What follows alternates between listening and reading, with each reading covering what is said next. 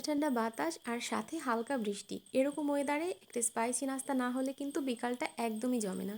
তাই আজ বানিয়েছিলাম অসম্ভব মজার আর সুপার স্পাইসি তান্দুরি ফিশ ফিলে। এই ওয়েদারের জন্য একদম পারফেক্ট একটা রেসিপি। 1 কেজি সাইজের একটা রুই মাছকে কেটে ধুয়ে পরিষ্কার করে মাথা ফেলে দিয়ে দুভাগে ভাগ করে কেচে নিয়েছি। এবার মেরিনেট করব, মশলাটা আগে রেডি করে নিচ্ছি।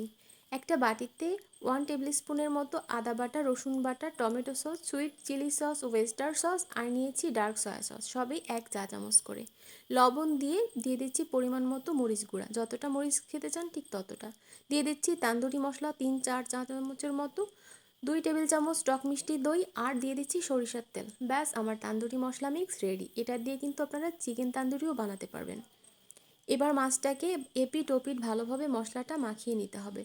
ভালোভাবে মাখাবেন, যে ফাঁকাগুলো কেটেছেন তার মধ্যেও মশলা যেন ঢুকে যায় সেদিকে খেয়াল রাখবেন। ফ্রিজে রেখে দেবো যতটা সময় পারা যায়, 2 থেকে 3 ঘন্টার মতো। এবার প্যানে সামান্য তেল দিয়ে মাছটাকে ভেজে নিতে হবে। দেওয়ার প্রসেসটা একটু ডেঞ্জারাস, আপনারা একটু সাবধানে করবেন যেন তেলটা ছিটে না যায়। ঢেকে দিব, একটু সিদ্ধ হয়ে গেলে ঢাকনাটা তুলে আবার অন্য পাশ উল্টে দিব। এটাও একটু সাবধানে করবেন, ভেঙে যাওয়ার সম্ভাবনা আছে। কালার চলে আসলে নামিয়ে পরিবেশন করবেন। কেমন লাগলো জানাবেন।